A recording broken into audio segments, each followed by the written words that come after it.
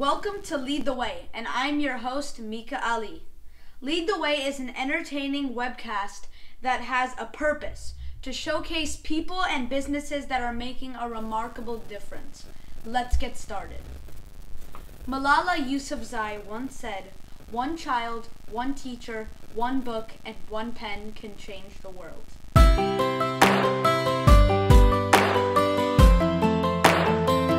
Today my guest is Ted Hoskinson, who is the founder of Roots and Wings, and who is working tirelessly to promote education and teachers in South Florida.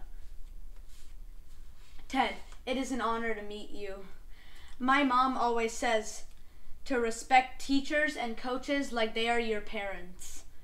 You were a teacher, and now you are making a difference to other teachers. Please tell us how you went from being a teacher to creating Roots and Wings, a non-profit organization.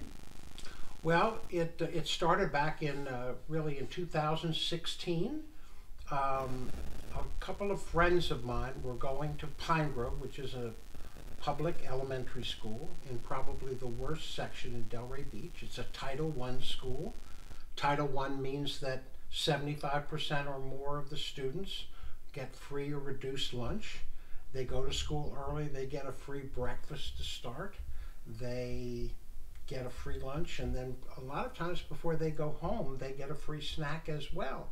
And that may be the last meal they have before the following day. So you can see that they're challenged in lots of ways. They may not have a bed to sleep on.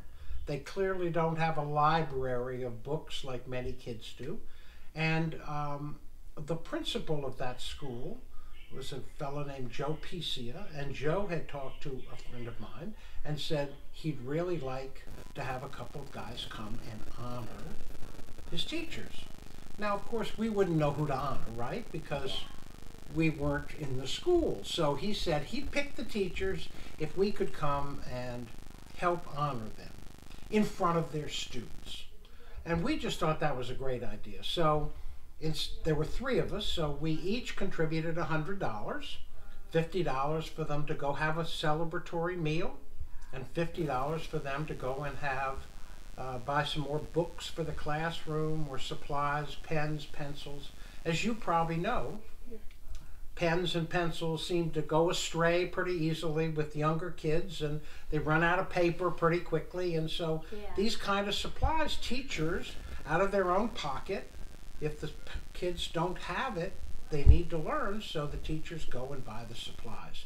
So each one of us contributed $100, so we had three teachers we were going to honor, and we bought a little bag, a little brown paper bag, and on the outside of the bag, my friend Chuck put a Snickers bar, and he called it the Snickers Awards. And inside the bag were two gift cards, $50 gift cards, one for them to have the meal and one for them to go and buy some supplies. So we walked into these classrooms with the principal, Joe, and Joe would say, well, so-and-so, in front of their kids. Well, the kids clapped, the kids applauded, the teacher was, emotional about the fact that he'd been, or she had been honored, and I just thought it was the greatest thing in the world. Well, that spring, my wife passed away, and we had decided that we were going to ultimately set up a foundation, a charity, to honor children and families in need. And the need was broader than just education. It was food and lodging and all those things that families need, especially poorer families, in order to live and exist. So after the real shock and heartache of losing my wife, I said I would really like to set this into motion. So I asked the other two guys, I said, listen, would it be okay if I enlarged this and went to all of the elementary schools in Delray Beach? So from one school to then 7 schools to now 18 schools, we do almost all Title I schools, but we honor teachers twice a year by doing the same thing, except for this last time where we've had to do some remotely, unfortunately. Yeah. But we go into the classrooms and we honor the teachers and surprise them in front of their kids. Oh wow, that is such an amazing thing that you're doing. And I'm sorry about your wife. Oh, well, thank you. Roots and Winks. How did you come up with that name, and what meaning does it have for you? Well, you know, again, I have to go back to my wife. It was my wife's saying, it was my wife's thought, and it's a pretty simple concept when you stop to think about it, because in order to really have knowledge, you must have a firm foundation. And what are roots but a firm foundation? A tree starts as a very simple thing, and the roots go down, and the roots support the tree as it grows, right? So the first thing you have to do is have a strong foundation. And once you have a strong foundation, then your imagination can take you almost anywhere. And with that imagination, you can start to fly in whatever direction you want. So the flying part of it, to me, is the most exciting part once you have the foundation. Wow, that is super cool. Thanks. Please tell us more about the Above and Beyond Awards. How can someone nominate a teacher, and what is the criteria to win the award? Oh, wow. Okay, so as I said before, we would have no idea who to pick, right? Yeah.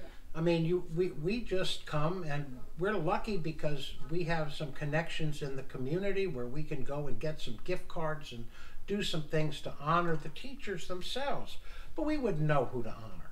So we set up a nomination procedure, which uses currently their Google program that the school uses, and the principal sends out this nomination form to all the teachers and staff in the school, and they get a chance to nominate another teacher. There are currently 9 different criteria elements, such as do you inspire your students to do different things and to challenge themselves, and are you able to quickly observe when a student seems to be going a little astray? Do you help the other teachers? In other words, are you the person that they go to when they need to learn something? Are you one of those teachers that inspires them?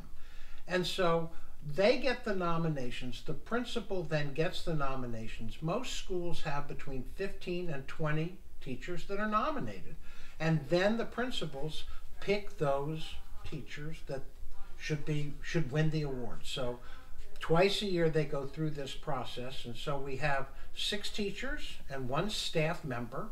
The staff member can be anything but a support staff that's in a classroom, all the way to a janitor or the librarian or somebody in the kitchen, somebody that works at the school in addition to the actual teachers.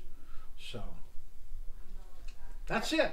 That's a good thing that all the principals are letting you do this for the school. It's inspiring to the teachers, and I believe that it's uplifting to the whole school, because if you stop to think about it, the teachers, when they're writing these criteria or saying, you know, so-and-so does a good job of this, in their own mind they could be thinking, you know, if I did a little more of that, right, I could be nominated.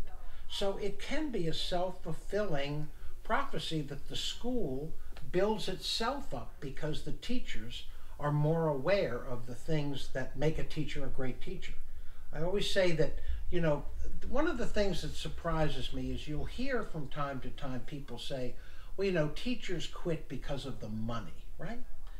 And I say, no teacher ever started because of the money. Yes. So a teacher never quit because of the money. A teacher quit because they were frustrated over this or that. But they never, money is never an issue, unfortunately, with the teacher. They're underpaid, and in many cases they're really underappreciated, which is what our goal is. Our goal is to make them feel appreciated. Yeah, that is true that they are one of the most underpaid jobs. Ted, What is Project Uplift, and how can someone sponsor a Project Uplift scholarship? Ah, now you're inspiring me to even greater heights. Okay, so after the first year of honoring these teachers, I asked the principal at Pine Grove, what else can we do to help you? And she said, help our kids read. We have a lot of kids that they come from underprivileged families. They don't have the basics when they come, and we spend a lot of time, and we're just frustrated by the fact that we can't help them. So that first year, back in 17, we started with one school, 3rd grade. And we worked with those kids, and we made a big difference in those children in 3rd grade. At the end of that year, she said, will you do me one more favor? And I said, well, what's that? And she said, go down to 2nd grade, because the earlier you can start, the better your chance of being successful with these kids, you know? So I got a friend of mine it costs about $10,000 just in salaries, because we pay the teachers. The teachers are certified teachers, the ones that are already in the school who stay after, and we pay them their guaranteed wage plus their benefits, their Social Security and all the rest of that stuff. We pay all the benefits for this time, hour and a half, 3 days a week after school to help these kids. So we then did 1st, 2nd, and 3rd grade, and a friend of mine challenged me with a $10,000 challenge. He said, I'll give you $10,000 for another school if you can raise another $10,000. So that year, we did 2 schools. We did Pine Grove and we did Orchard View. Last year, we were able to get 2 more schools because we had Children's Services give us $31,000, which helped us increase the number of schools. We added Banyan Creek and we added Plamosa. And this year we got $100,000 from Impact 100 Women, and we added 3 new schools. They helped pay for 2, and we added Village Academy. So Coral Sunset, which is in Boca, and we also now have Rolling Green, which is in Boynton Beach. So we now are up to 7 schools. It's a pretty expensive program, but it's 2nd and 3rd grade, and we actually have test programs running in 6 schools thanks to another friend of mine, and we have a 4th grade program thanks to Jim Moran Foundation that's running a 4th grade test program at Orchard View. So we're going really from 1st all the way up through 4th, and the scholarships are $500. We think that's the cost, really, what it costs us to run the program for 18 weeks per child, and we're asking people to help sponsor a child. Now, the fun part of sponsoring a child is, so many people get this thing from all these organizations saying, help us raise money. But you don't know what your money's really going to, right? I mean, you get a thank you from the organization, but you really kind of never get more than that. So my idea is that I want an individual, since you're sponsoring a child, that child should say back to you, thank you for helping me, right? Yeah. So we're going to have the child, an individual child, you're going to be sponsoring. So that child should say thank you. Thank you for helping me read. Thank you for improving my reading scores by sending a second note when the results come out and seeing how much they gained. And then at the end of the year, thanks maybe for getting me to 4th grade, Yeah. So we want to tie a person who's a human being to another human being that they're helping, as opposed to just saying, well, you gave $500, thank you very much. Yeah. So that's the idea of the scholarship. I'm glad that you do from 1 to 4th grade, not just like 1 or 2 grades. You gotta have variety. Right. Thanks. As you said, Roots and Wings recently received a grant from Impact 100. Congratulations, first of all. Thanks. What is Impact 100, and tell us more about the grant? Okay, well, they're actually we were lucky enough. We're one of, I think we may be I think there only is one other organization that ever did this.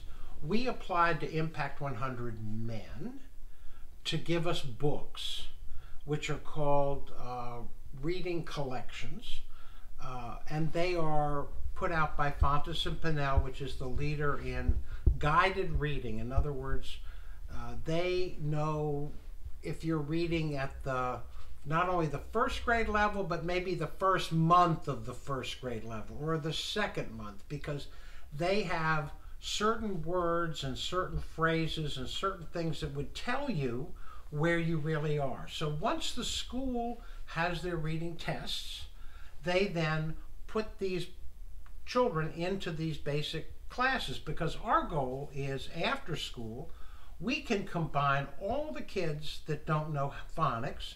We can put the 3 kids from this classroom with the 3 kids from this classroom with the 2 kids there, instead of having in a classroom of 24, as you probably imagine, as you go to school, there's a lot of knowledge difference in your own classroom. Some of the kids are brighter than you are, maybe. Some of the kids aren't quite as bright as you are. Some of the kids may have lots and lots of real experience in science, and other ones are better in math or reading or whatever. So we want to make sure that all the kids that struggle with reading are put at the same place, and these books put them there. Now, the books are not cheap. Each one of those sets of books is $6,500. Oh, wow. It's 200 titles, 6 books apiece, so it's 1,200 actual physical books, 200 titles, lots of variety, as you can imagine, for 1 grade level. Okay? And the great thing about the books is they can be used during the day as well as after school. So we applied to the men of Impact 100 Men to give us $50,000 worth of these books, and we won that award. So the 4 schools that we're currently working with are helping us with those 4 schools by buying those books, and they really help with the distance learning that's going on, because those books have a distance learning feature where the whole small group of kids can actually learn that same level of knowledge from one book that they would pick.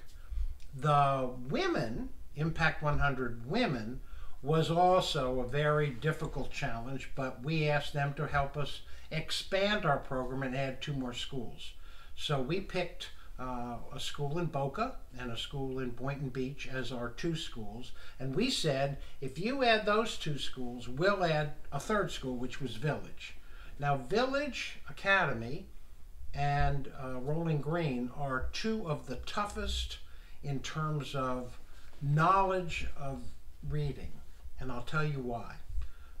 2 years ago, 2019, the end of the year, 78%, that's more than 3/4 of their kids in 3rd grade were reading not at a 3rd grade level, but at a 1st or 2nd grade level. 40% of their students, both of those 2 schools, were reading at a 1st grade level. Well, there's a statistic that if, in fact, you're not reading at grade level by the end of 3rd grade, 74% of the kids, which is almost 3/4, will never graduate from high school. Never graduate.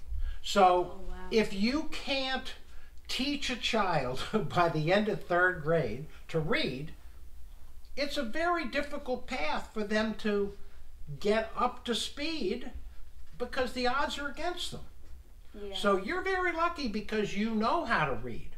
But if you had all these other problems facing you, if you didn't have a loving family and mother and father and all of those other things, and a bed to sleep in and food and all those things that, you know, it might be a lot more difficult. Would have been maybe difficult for you. So we try to be there for the kids that want it, for the parents that say we can do it. We want to lend that helping hand to hopefully get those kids over the hump. That's a very nice thing. Thanks.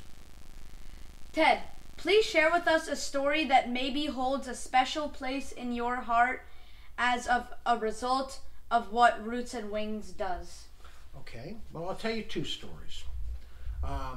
There's a gentleman who's a teacher at Rolling Green, and I'm not going to share his name with you, but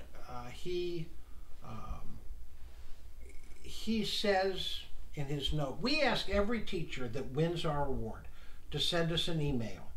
Send it to winner and tell us how you feel. How did you feel when we came in and gave you the award? About half of them send us a note, okay? And this particular gentleman sent a note and said, you know, I have a sort of a different style of teaching. You know, I've been teaching a long time. I've been teaching for 28 years. No one's ever come into my classroom and said, job well done. 28 years. Not like 2 years, 28 years of teaching, right? Yeah. It's a long time to not have anybody come and say, good job, right? That's almost Most people 3 times as old. My age. Right, exactly. And the thing is, you would think that there would be people that would want to say thank you, but this is the problem a lot of times. There just aren't those people to say thank you. So he said, in 28 years, no one's ever come into my classroom. And he said, I always wondered whether it was because I have sort of a different teaching style, and I like to do things a certain way. So he said, the award was really special because, first of all, it showed that my colleagues appreciated me for doing the education the way I choose to try to do it. And secondly, it was great because the community came together and came into my classroom to say thank you, good job. And I'd never had that happen before. So that's, I would say that's one of the inspiring things about the Above and Beyond Awards. Now, as far as the Project Uplift is concerned, there was a kid, and you could have been that kid. He's in this class with all these other kids trying to learn how to read, right? Yeah. And the great thing about them is there's only positive reinforcement. We give the kids a shirt that says perfect if they just show up for the first 18 times. Now, if you're going to show up, right, that's not hard, but you still have to show up. Yeah. And I always say to the kids the first day of the program, I go and I say, what's the one thing you have to do before anything else to be a success in life? And they all say, oh, be smart or something. No, you got to show up. Because if you're the best quarterback on the field, right? But if you're not on the field, you can't throw the touchdown, right? Yeah. So you got to be there in order to be successful. So we always say that that's the first step. So these kids, they get, first of all, a shirt if they show up, but secondly, we give them gold, silver, and bronze certificates for their gains. So the great news is that they're together as a group, and they've all been working hard, right? And they've all been in their group, and they're all cheering for each other. So there's this massive amount of really happiness that goes on. There was this one kid in the back of the room, and, you know, they're gold, silver, and bronze, depending on how much gains you've made. Some kids don't get anything because they haven't made enough of a gain, but most of the kids get one of these certificates. Well, this kid is on the edge of his seat. He's at the edge of his seat waiting to hear whether he's gold, and they make the announcement first of the bronze, and then it's the silver, and then finally it's the gold. And when he hears his name, he looks right at me and he goes. And it was just, for me, that just proved that these kids are inspired, they want to do great, and when you get the thumbs up from somebody, right, you know, hey, I've made it.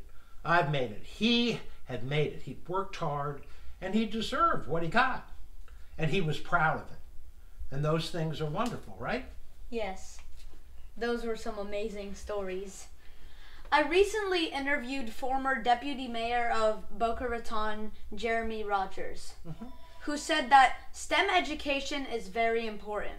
How can we encourage more students to love science, technology, engineering, and math? Well, I think it has to start, first of all, with reading, and it has to start with great teachers, because a teacher inspires. You know, you can have within your home environment parents that are supportive, but it has to be a spark that you get someplace, right? You can't just say, well, science is exciting for me. Science became exciting because there was something that happened, right? Reading can be exciting. I mean, for me, when I was starting to read, the thing that I loved reading was books about people. Because when you can read about a person and it talks about their entire life, whether it's Thomas Jefferson or Ben Franklin, or you begin to understand what made them tick and what kind of things went on with them. So no matter what it is, the future is in front of all of us. You are our future. That's another reason why we need to have all these kids be able to read. But technology is an amazing thing. And we've gained, remember, what was the first thing that was important? The printing press, right? Everybody was writing like this and script. All of a sudden there was a machine that would do a printing press. Now, we used to have a phone, right? And it sat on the wall, and it was a party line phone. And you actually dialed this thing, right? And it was a circular thing, and you went 3, 3, 3, and there were no area codes. And then there were area codes, and then there was 2 area codes for a thing. I mean, all of this is technological, and it's exploded to the point where now you find people with 2 phones, and you find TikTok, and you find all these things that are out there that you never even imagined before. Yeah. So technology is such an incredible thing, but it has to be harnessed in good ways, not bad ways. And it really is all of those things, science and math, are whatever you can imagine. But you have to start with reading and understanding. And so I think teachers and parents are the ones that will inspire, because I think, without them pushing you to think about things, you have nothing to think about, kind of. Yeah. I never really thought of all of that. I guess now I have to start paying more attention to that stuff. Ted, last year when Hurricane Irma destroyed parts of Bahamas, I wanted to donate supplies. My grandfather sent me $50 and I used it to buy supplies from Target to send to Bahamas. You get support from Walmart and Target and other businesses. What help do you need, and how can other people and businesses help your cause? Okay, well, in many ways. Money always helps. I believe that the biggest obstacle to growth is knowledge. So if you don't know what an organization does, there's no reason for you to donate to them. So our job is to get out to the public through people like you and to say, this is what we do. And maybe because of that, they say, gosh, that's a great idea. All the money that we raise, every dollar we raise, I know this sounds kind of strange, but every dollar we raise goes to the causes that we raise them for, 100%. Now, people would say, on normals, would say, that's not possible, because they're people with a salary. You have people that work for you, right? Well, that's true, but I don't take a salary. And as a matter of fact, what I do is I donate the money to all those other people, the people that are working for me, and the supplies and the things that we set up to do, so that 100% of what somebody gives us. You mentioned Target, okay? Target gave us $500 worth of gift cards, okay? What did we do? Well, because of distance learning and because kids like rewards, and we can inspire children with rewards, right? We went and turned those $500, instead of having a $100 gift card, we turned every $100 gift card into $25 gift cards. And what do you think we're going to use those $5 gift cards for? To give them to more kids? To give them to kids, right? To give them to our kids. Well, so when you read 5 books and you pass a test, you get a $5 gift card. Just like we went to Wendy's and we got those soft frosty ice cream cones. We give them away. We don't keep the money, we give it out. So when we get businesses that help support us by giving us, like Five Guys gives us $25 gift cards for every one of the teachers that wins. There's no money that we keep. We give those $25 gift cards to the teachers that won. We get in our bag now, we have almost $1,000 worth of things that we give in this wonderful now canvas bag, not Snickers paper bag anymore. And in there, the best gift for some of the people is we give them a free year's worth of deliveries from Delivery Dudes. Now, Delivery Dudes, imagine you being a teacher, right? And you got a stack of paper like this to grade. Probably your teacher. Comes home at night, sits down at the table, says, boy, I'm hungry, goes to the refrigerator, and guess what? Nothing in the refrigerator, right? So now you got to stop doing what you're doing. You got to get in your car and go someplace, either to pick it up or to go eat out, right? Well, teachers don't have a lot of money. And if you were to order in, you're going to have to pay for the food and the delivery, right? And you're going to still be able to now stay at home. If you go out, you got to pay for the gas, you got to pay for your car, and then you got to do all this other stuff, right? So, Delivery Dudes, in their wonderful, generous spirit, gave every one of these teachers a free year's worth of the delivery. So you only pay for the food, you don't pay for that delivery. So you can sit down, start marking up the papers, figure out what you want, and Delivery Dudes is going to pay the delivery charge.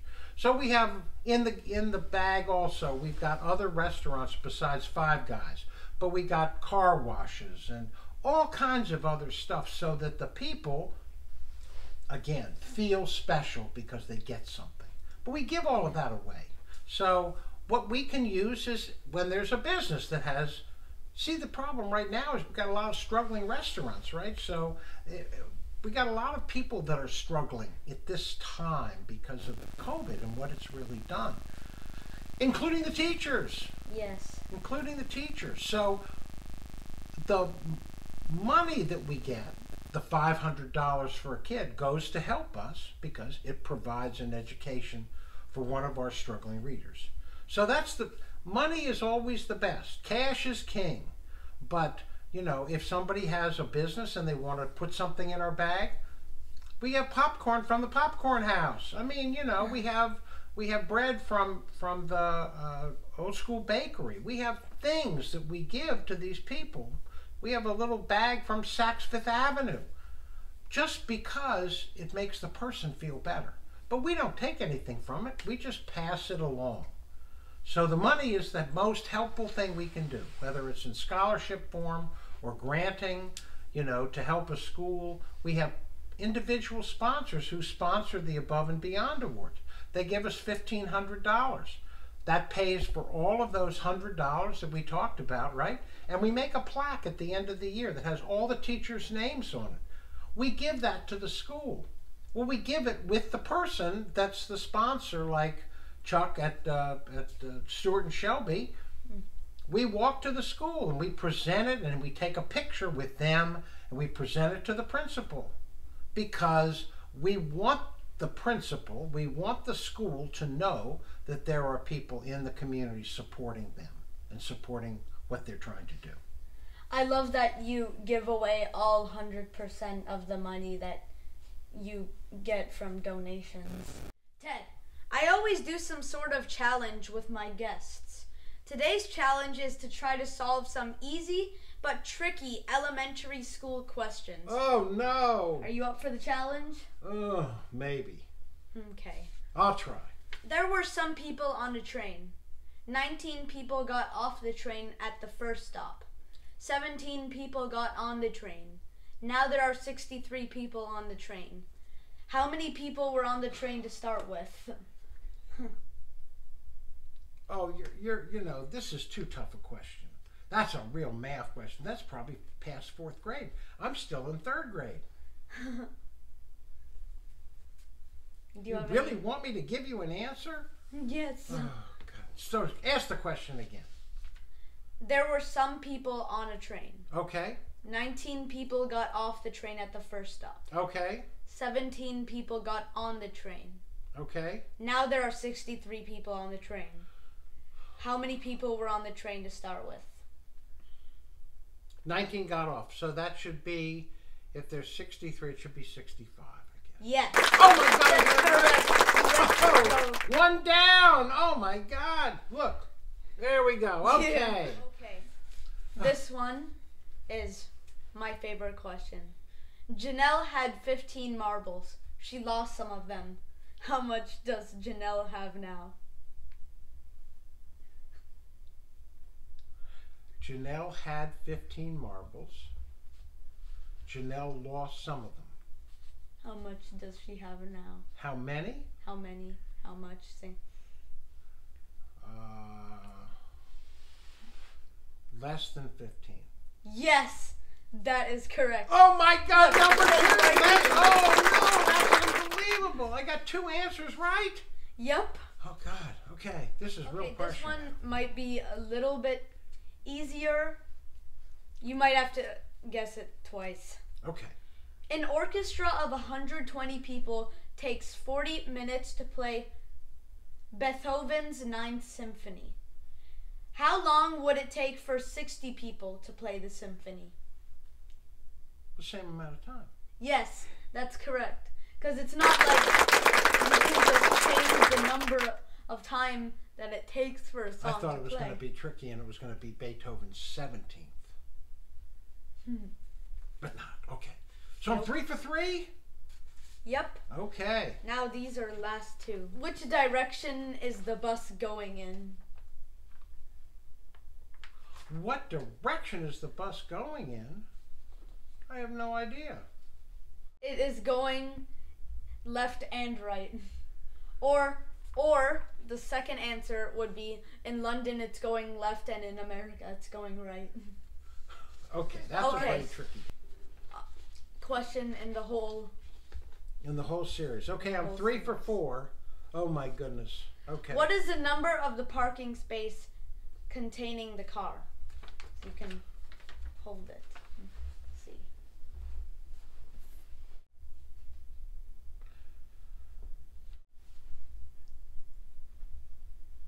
62. The answer is actually very simple. What? Do you want to know it? 8. Yes. 87. Oh, that's not fair. That's a tricky one. Well, that's the end of today's elementary school test. And I'm 3 out of 5. Oh my God, I'm not 100%. But I tried. Yes. A for effort. A for effort. I would like to thank Ted for letting me interview him. Roots and Wings is doing something very special for other teachers and schools. All of his links are down below. Mika out.